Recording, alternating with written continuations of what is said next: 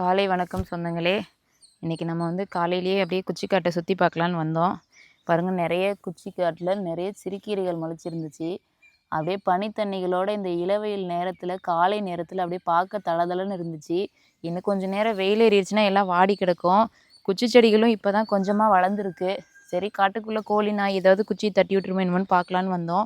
நிறைய வெண்டைக்காய் செடிகள் விதையும் கொட்டியிருந்துச்சா, அது எல்லாமே முளைச்சிருந்தது. போன வருஷம் நம்ம இதில் நடவு செஞ்சுருந்ததுனால எல்லா செடிகளுமே முளைச்சிருக்குது. இதையும் பார்த்துட்டு குச்சி செடியும் இப்போ தான் கொஞ்சமாக வளர்ந்துருக்கு. அதுக்குள்ளே பாருங்கள் எவ்வளோ புல்லு. இன்னும் ஒரு வாரத்தில் களைக்கட்டை கையில் எடுத்துடணும் போல், அந்தளவுக்கு புல்லும் ஏறிடுச்சு. அப்படியே நம்மளும் இன்றைக்கி நம்ம வீட்டில் வெஜிடபிள் பிரியாணிங்கிறதுனால கொஞ்சம் கருவேப்பிலையும் ஒடிச்சிட்டு அப்படியே காட்டையே சுற்றி பார்த்துட்டு வாங்க வீடியோக்குள்ளே போய் நம்ம வெஜிடபிள் பிரியாணியும் பார்க்கலாம். அவ்வளோதாங்க, வாங்க நம்ம விறகடுப்பை பற்ற வச்சாச்சு. அப்படியே வெஜ் பிரியாணிக்கு கொஞ்சம் தாளிப்பு விட்டுறலாம். நம்ம எப்பயுமே குக்கர்லலாம் செய்ய மாட்டோம். இதுக்குன்னு இந்த இட்லி பாத்திரத்தை வச்சாச்சு பிரியாணிக்குன்னு மட்டுமே. இன்னொரு பாத்திரம் இருக்குது, அதில் நம்ம இட்லி எல்லாமே செஞ்சுக்குவோம். ஏன்னா பாத்திரம் வந்து அகலமாக இருந்தால் தான் கிண்டுறதுக்கு சௌகரியமாக இருக்கும் இல்லையா, அதனால் நம்ம இந்த அகலமான பாத்திரத்தை எடுத்தாச்சு. நம்ம எப்பயுமே இருக்கிற காயை வச்சு ரொம்ப அதிகமாக காய் இருந்தால் நிறைய போடுவோம். Carrot, beans, உருளைக்கிழங்குன்னு.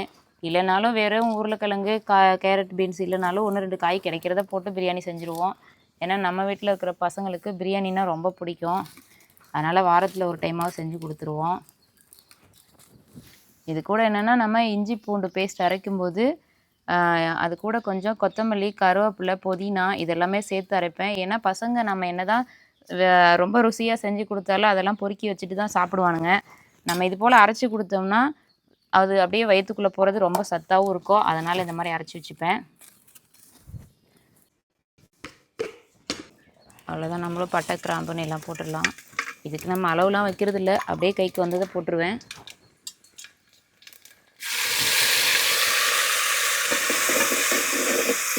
பிள்ளைங்களுக்கு இது ரொம்ப விருப்பமாக சாப்பிடுவாங்கன்னு சொல்லிட்டு அவனுங்களும் இன்றைக்கி செஞ்சு கொடுங்கன்னு கேட்டானுங்க. அதனால செய்ய ஆரம்பித்தாச்சு. பாப்பா அவளோட ஃப்ரெண்ட்ஸுக்கு செய்யும்போதெல்லாம் கொண்டு போய் கொடுப்பாங்க. அதனால் எனக்கு அவங்களுக்கும் சேர்த்து தாங்க செய்ய போகிறோம். அவ்வளோதான், இஞ்சி பூண்டெல்லாம் நல்லா வணங்கிருச்சு. அப்படியே நம்ம வெங்காயம், பச்சை மிளகாய் போட்டுடலாம்.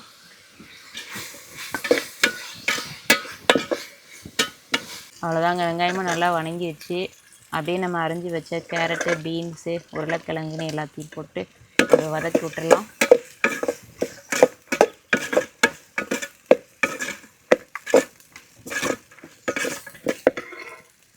தக்காளியும் சேர்த்து நல்லா வதக்கிக்கலாம். கொஞ்சோண்டு மஞ்சத்தூள், உப்பு சேர்த்துக்கலாம்.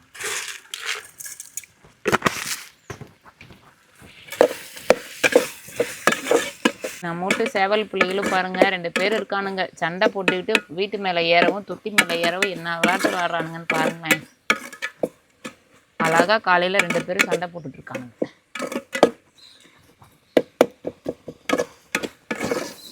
அவ்வளோதான், நல்லா காய் எல்லாமே வதங்கிருச்சு. தக்காளிலேருந்து எல்லாமே. அப்படியே கொஞ்சம் பிரியாணி பன்னும் போட்டுக்கலாம். நம்ம இதில் பன்னு சேர்த்தும் செய்வேன், பன் இல்லாமலும் செய்வேன். அதுக்கப்புறம் கொண்டைக்கடலை இருக்குது இல்லையா, அதை நல்லா ஊற வச்சு அதை போட்டும் நம்ம பிரியாணி செய்யலாம். நான் இன்றைக்கி பன்னு மட்டும் போட்டிருக்கேங்க.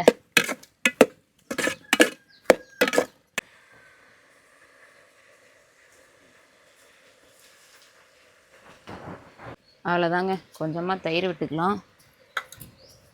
நம்ம எப்பயுமே கடையில் பிரியாணி மசாலா வாங்க மாட்டோம், வீட்லேயே அரைச்சி வச்சுக்குவேன். அதையும் நம்ம போட்டுக்கலாம்.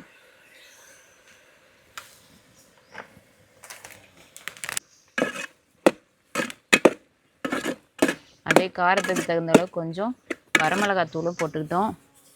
அவ்வளோதான், அப்படியே கொத்தமல்லி, கருவேப்பிலை இலைன்னு எல்லாத்தையும் தூவி விட்டு நம்மளே எடுத்து அரிசிக்கு அளவுக்கு தகுந்த மாதிரி தண்ணியை ஊற்றி நல்லா கொதி விட்டுறலாம். அவ்வளோதாங்க, நல்லா வதங்கிருச்சு. அப்படியே நம்ம தண்ணியை அளவு வச்சுட்டு ஒரு கொதி விட்டவுடனே அரிசியும் போட்டுக்கலாம். நம்ம என்ன தான் கொண்டைக்கடலை வேக வச்சு தாளித்து கொடுத்தாலும் இது போல் பிரியாணிக்கு செய்யும்போது அந்த மசாலில் போட்டு நல்லா கலந்து வெந்ததுக்கப்புறம் ஒரு சூப்பரான டேஸ்ட் வரும் இல்லையா, அது மாதிரி செஞ்சு கொடுத்தோம்னா நம்ம பிள்ளைங்களும் நல்லா சாப்பிடுவாங்க. அவ்வளோதாங்க, நல்லா கொதிச்சிருச்சு. அப்படியே காய் வெந்துருச்சு. வாங்க அப்படியே நம்ம பிரியாணி அரிசி போட்டுடலாம்.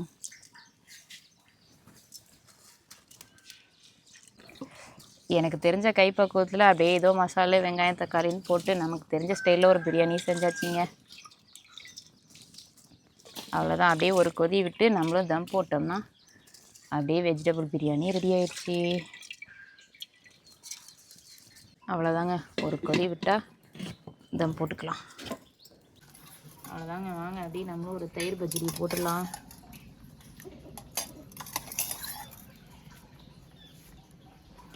நம்ம வீட்டில் பிரியாணிக்குனாலே தயிர் பச்சடி எதிர்பார்ப்பாங்க. அந்தளவுக்கு தயிர் பச்சடி எல்லாத்துக்கும் பிடிக்கும்.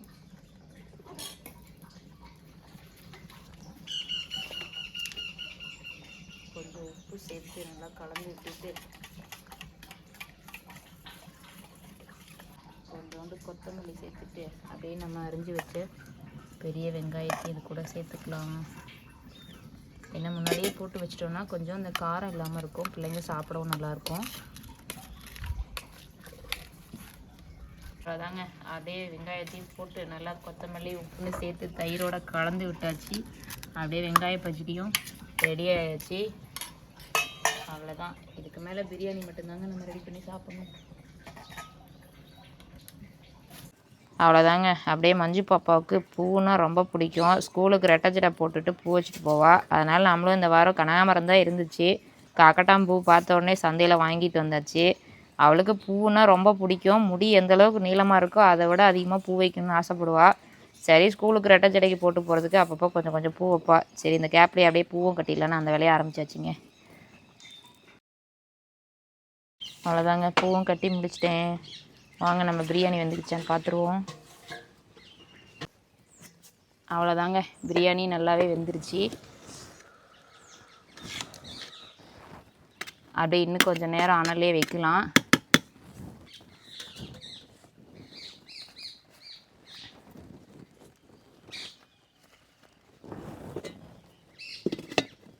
அப்படியே இதை புடையடுப்பில் மாற்றி வச்சுட்டு அத்தை அவரைக்காய் விதையை அப்படியே உரித்து வச்சுருக்காங்க காஞ்சதெல்லாம்.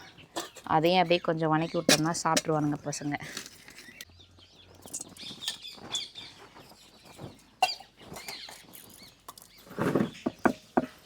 அப்படியே இந்த அவரைக்காயும் தாளித்து விட்டா இதோட சேர்த்து சாப்பிட்டுட்டே பசங்க ஸ்கூலுக்கு கிளம்பிடுவானுங்க.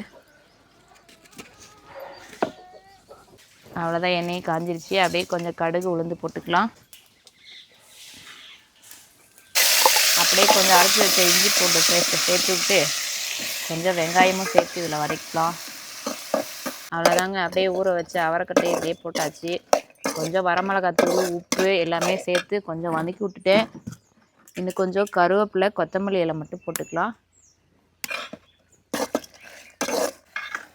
அவ்வளோதான், அப்படியே கொஞ்சம் தண்ணி ஊற்றி மூடி வச்சிடலாம், நல்லா வேகட்டும்.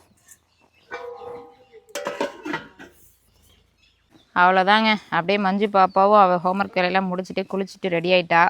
இவளுக்கும் சீவி அப்படியே பூவை வச்சிட்டோன்னா சாப்பாடு ரெடி ஆகிடும். அப்படியே சாப்பிட்டுட்டு சாப்பாடு பேக் பண்ணிவிட்டு மஞ்சுமா கிளம்பிடுவாங்க.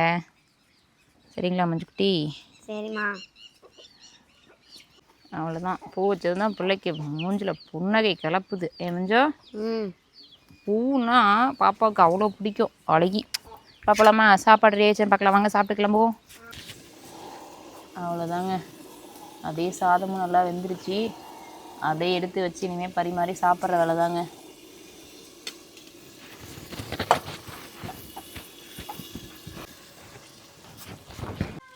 வாங்க, அப்படியே வெஜிடபிள் பிரியாணி ரெடி ஆகிடுச்சு. பசங்களும் சாப்பிட்டுட்டு ஸ்கூலுக்கு கிளம்ப போகிறாங்க. மஞ்சு குட்டிக்கும் அப்படியே சாப்பாடு எல்லாமே பேக் பண்ணி அனுப்பிச்சி விட்டுடலாம். அவரைக்காயில் கொஞ்சம் தேங்காய் போட்டு அப்படியே இறக்கிட்டேங்க.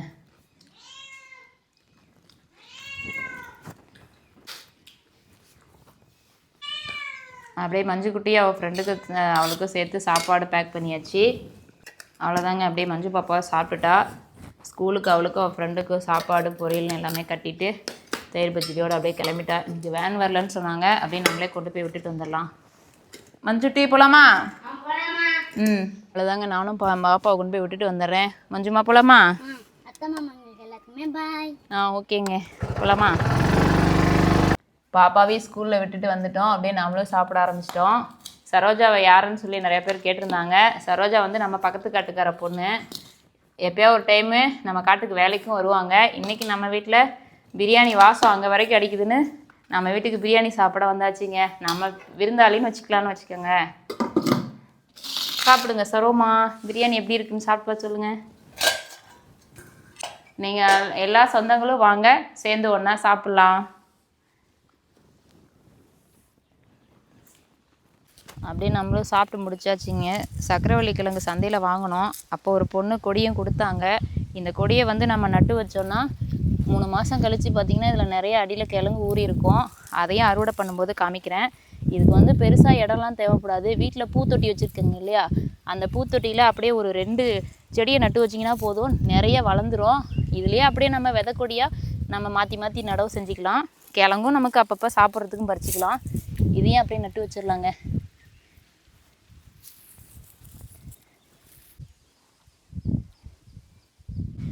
நம்ம இந்த சக்கரவள்ளி கொடி எல்லாமே கரை போட்டு அதில் தான் நட்டு வைப்பாங்க. இப்போ சொட்டு நீர் பைப்புக்கே தண்ணி தட்டுப்பாடாயிடுச்சு. சரி, இருக்கிற தண்ணியில் அப்படியே ஈரம் பிடிச்சி விதை வந்துருச்சுன்னா அதுக்கப்புறம் நம்ம கரை போட்டு நட்டுக்கலான்னு விதைக்கு மட்டும் கொடி நட்டு வச்சுருக்கோங்க. இதிலேருந்து நம்ம திருப்பி பிடுங்கி வேறு இடத்துல நம்ம கரை போட்டு நட்டுக்கலாம். இப்போதைக்கு இந்த குச்சிக்காடு பாயும் போதே இதுவும் சேர்ந்து வளர்ட்டுன்னு நட்டு வச்சாச்சுங்க.